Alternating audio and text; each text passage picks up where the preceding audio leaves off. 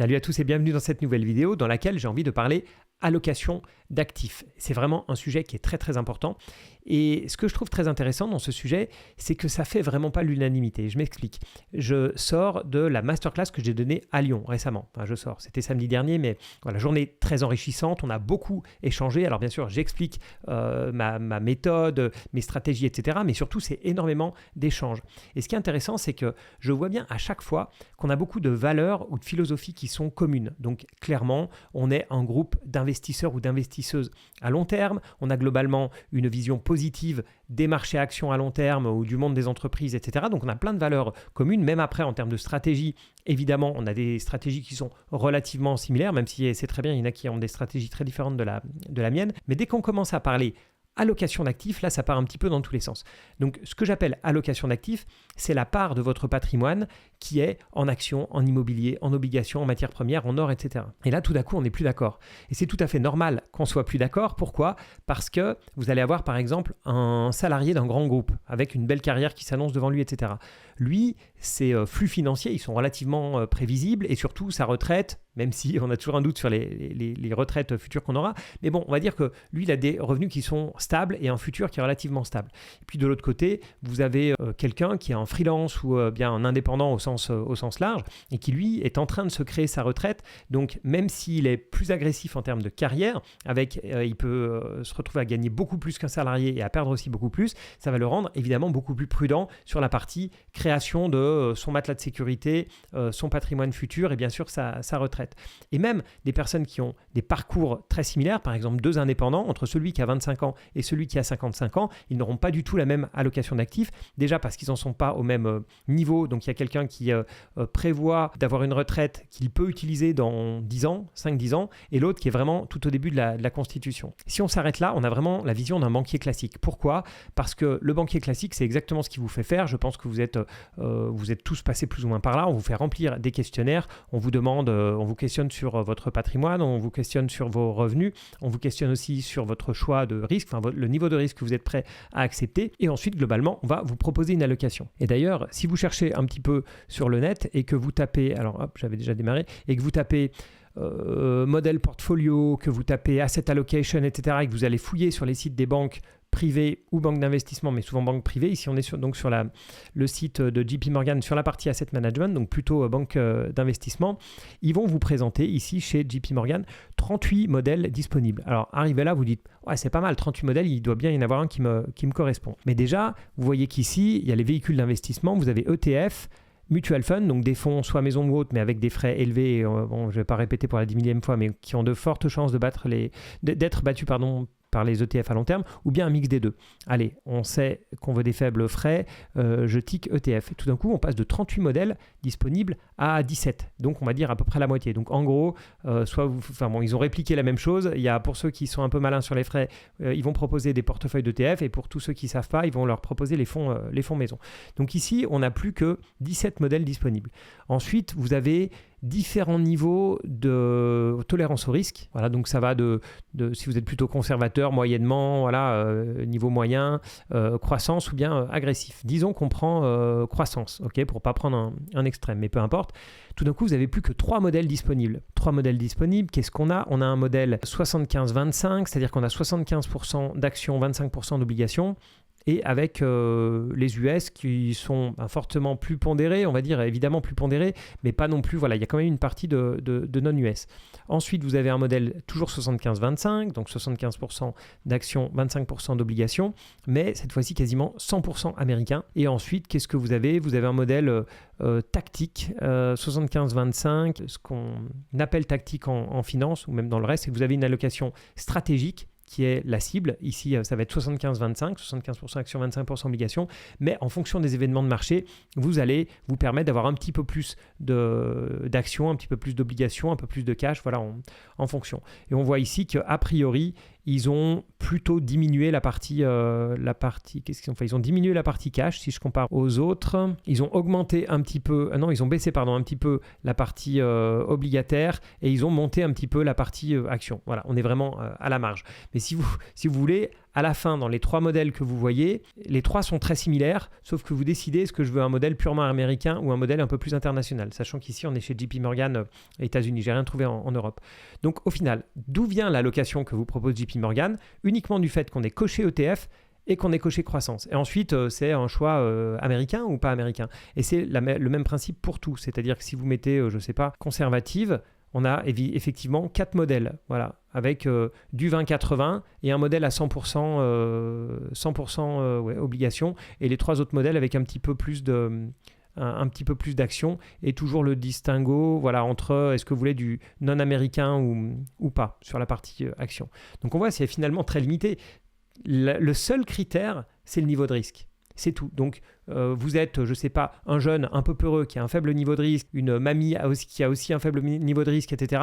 On vend la même chose à tout le monde, d'accord? On vend du standard, on vend la même taille, la même couleur, etc. de t-shirt à tout le monde. C'est pour ça que je suis très critique avec ce type de portefeuille comme ça qu'on va un petit peu donner à tout le monde. Parce que le point qui n'est pas pris en compte là-dedans et qui me saute aux yeux à chaque fois que je fais une masterclass ou à chaque fois que je parle à quelqu'un, c'est qu'on oublie les croyances et les convictions.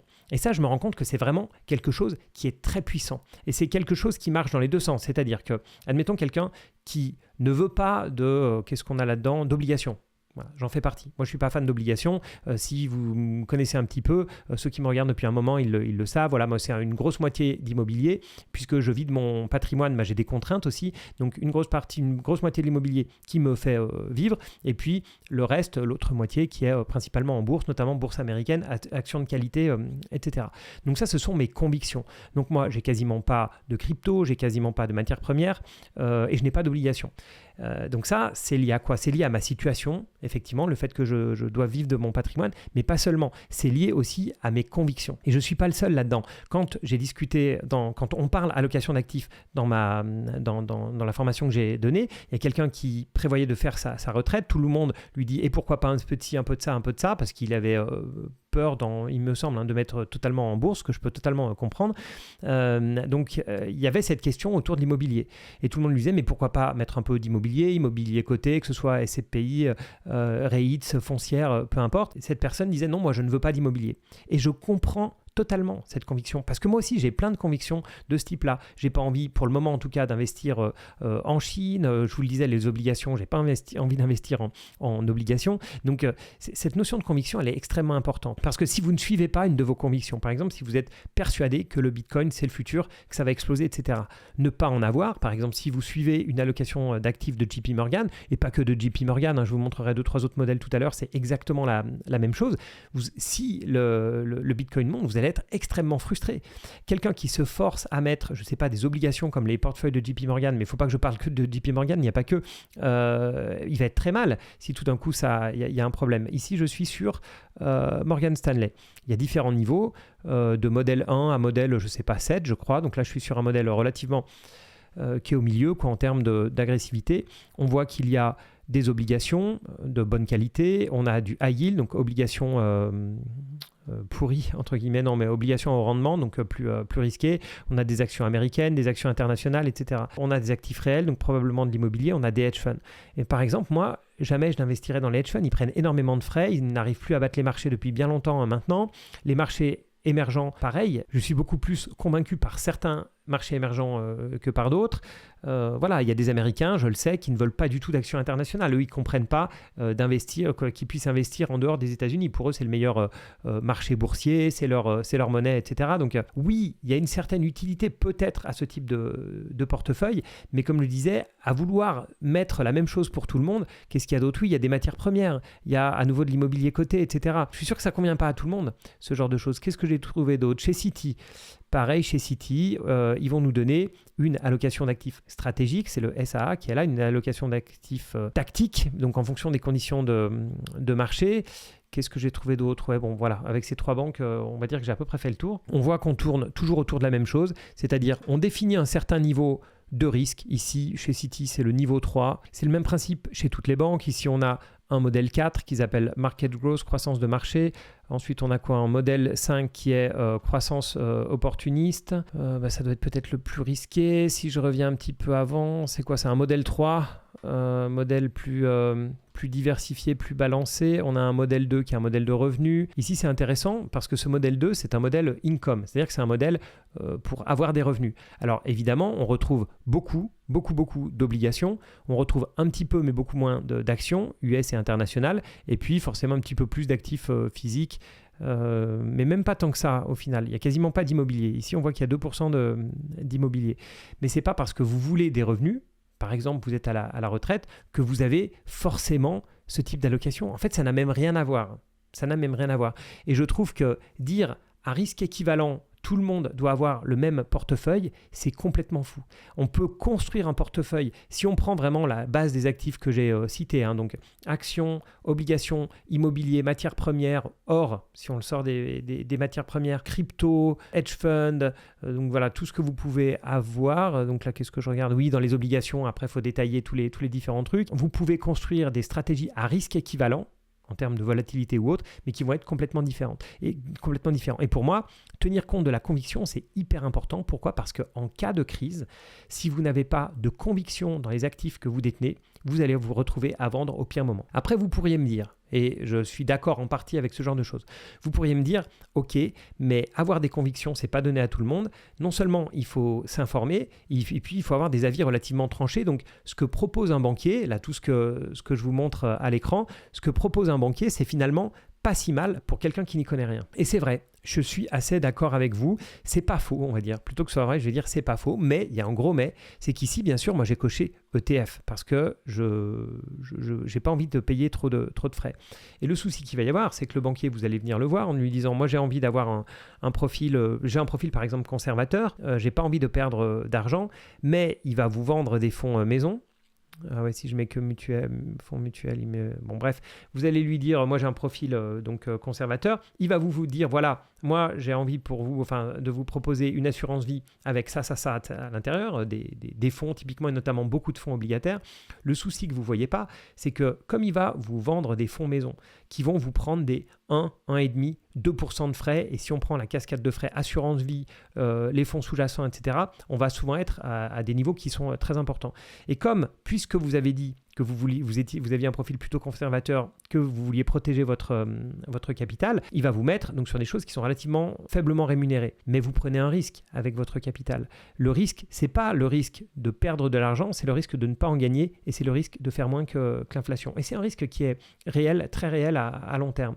Donc dire quelqu'un qui ne sait pas doit forcément aller voir son banquier pour qu'on lui propose ce type d'allocation toute faite, c'est pas la meilleure solution. La solution, vous la connaissez, c'est de se former. C'est exactement ce que vous faites et c'est super. C'est de se former, et même avec une connaissance relativement basique, aujourd'hui, on est capable de, grâce aux ETF, voire même un portefeuille en direct, mais on va dire plutôt grâce aux ETF, de se faire des portefeuilles bien diversifiés avec des faibles frais, dans des enveloppes fiscales intéressantes, etc. Donc moi, je reste toujours mitigé face à ces allocations d'actifs, et surtout cette allocation d'actifs, elle peut être très dangereuse.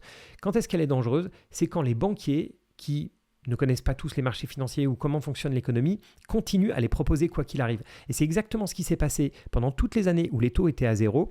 Vous disiez, moi je suis conservateur, je veux surtout pas perdre mon argent, et on vous mettait ça dans un portefeuille, donc disons 20-80, donc vous aviez 80% d'obligations, sauf que mettre 80% d'obligations à un moment où les taux sont à zéro, c'est complètement fou, c'est vraiment marcher au bord de la falaise, et dès que la falaise va s'effriter, c'est-à-dire dès que les taux vont remonter, les obligations vont perdre 10, 15, 20%, et c'est exactement ce qui s'est passé.